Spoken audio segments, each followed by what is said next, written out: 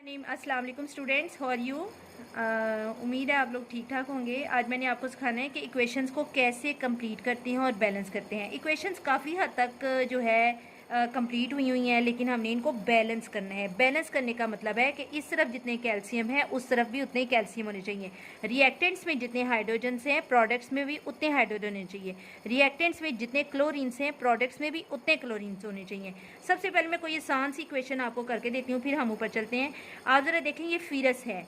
फीरस के साथ, फीरस का ऑक्सीजन के साथ रिएक्शन हुआ है तो आपके पास फीरस ऑक्साइड बन गया है। आप ज़रा देखें, यहाँ पर आपके पास ऑक्सीजन कितने हैं 3, यहाँ पर भी है 2। हम यहाँ पर लगा देंगे 2, 2 3 बार क्या हो गया 6, और यहाँ पर लगा देंगे 3, 3 2 बार 6। आप नोट करें कि ऑक्सीजन की वैल्यू, इधर भी ऑक्सीजन की मिकदार कंप्लीट हो गई है, इधर भी 6 एटम है ऑक्सीजन के और इधर भी 6 हैं। अब मसला खड़ा हो गया फीरस का, 2 2 बार 4। फीरस के इधर कितने एटम हो गए 4। इसको कंप्लीट करने के लिए हम इधर क्या लगा देंगे 4 फीरस ले लेंगे। सिंपल, ये इक्वेशन कंप्लीट होगी बैलेंस। इसी तरह एक बहुत ही आसान सी इक्वेशन है ये वाली, Zn plus HCl goes to zinc chloride plus hydrogen. अब आप ज़रा देखें, क्लोरीन का मसला हम देखते हैं कि क्लोरीन इधर कितने हैं। इधर क्लोरीन है 2 जबकि इधर है 1। तो आपके जहन में और भी मेरे जहन में वही आ रहा है, ठीक आ रहा है कि क्लोरीन के इधर बैलेंस करने के लिए हम इधर आराम से लगा देंगे 2। इधर क्लोरीन 2 हैं तो इधर भी क्लोरीन 2 हो गए हैं। हाइड्रोजन अगर इधर 2 हैं तो उधर भी हाइड्रोजन है। हाइड्रोजन तो ऑलरेडी बैलेंस है, क्लोरीन भी बैलेंस है। मसला हो गया जिंक का, जिंक हो गया। जिंक का भी कोई मसला नहीं हुआ, जिंक भी बैलेंस्ड है। जिंक एक इधर एक इधर। क्लोरीन इधर भी 2 तो इधर भी 2। हाइड्रोजन इधर भी 2 तो इधर भी 2। ये 2 1 3 आपने नहीं लिखना, ये मैं सिर्फ आपको समझाने के लिए लिख रही हूँ। उसके बाद हम इसको करते हैं बैलेंस। अब ये देखिए, ये है ammonium hydroxide plus sulphuric acid goes to ammonium sulphate plus water. इसको हमने करना है, अमोनियम का रिएक्शन उन्होंने अमोनियम को उन्होंने सल्फेट के साथ मिला दिया और हाइड्रोजन और हाइड्रोक्साइड मिलकर इन्होंने पानी बना दिया है। चलें इसको बैलेंस करते हैं। आप ज़रा देखें, इधर अमोनियम है, अमोनियम इधर 1 है और इधर है 2। सल्फेट इधर 1 है और इधर है 2। इसको 2 करने के लिए मैं इधर आराम से लगाऊंगी 2 अमोनियम हो गए और इधर ऑलरेडी 2 अमोनियम है। अमोनियम बैलेंस हो गए।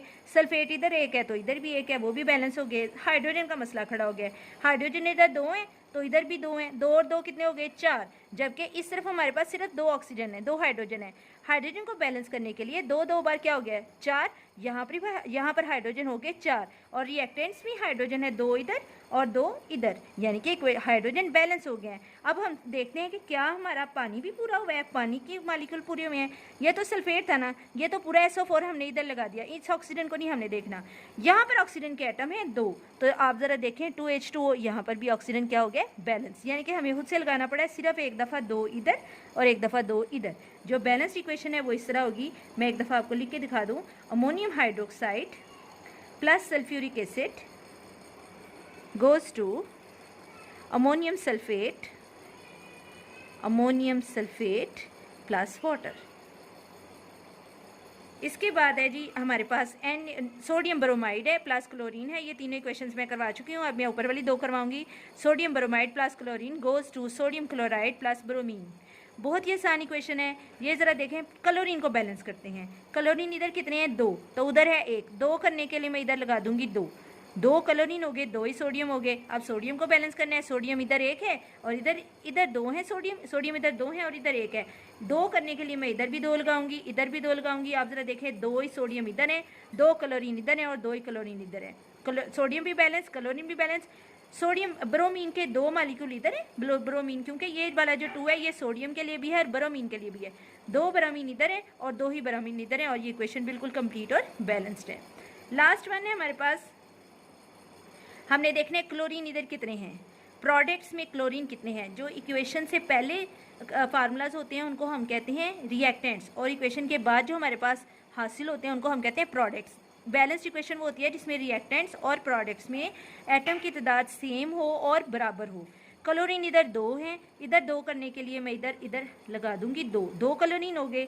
अब हमने लगाना है, क्लोरीन कंप्लीट हो गई। अब हमारे पास हाइड्रोजन इधर कितने हैं, हाइड्रोजन इधर है 2 जबकि उधर भी 2 हैं। कैल्शियम इधर है 1 है तो उधर भी 1 है। हाइड्रोजन इधर आपके पास 2 हैं तो इसको हो गए 2 इधर हो गए, 4 हाइड्रोजन है।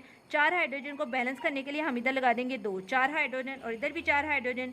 अब आप सोच रहे होंगे कि ये CO3 किधर गया है। CO3 के पास थे, CO3 में इधर ऑक्सीजन थे 2 3 बार 6, कितने ऑक्सीजन थे यहाँ पर? 6 ऑक्सीजन थे, जिसमें से 2 ऑक्सीजन इधर हैं और 2 ऑक्सीजन इधर हैं। 2 किधर गए?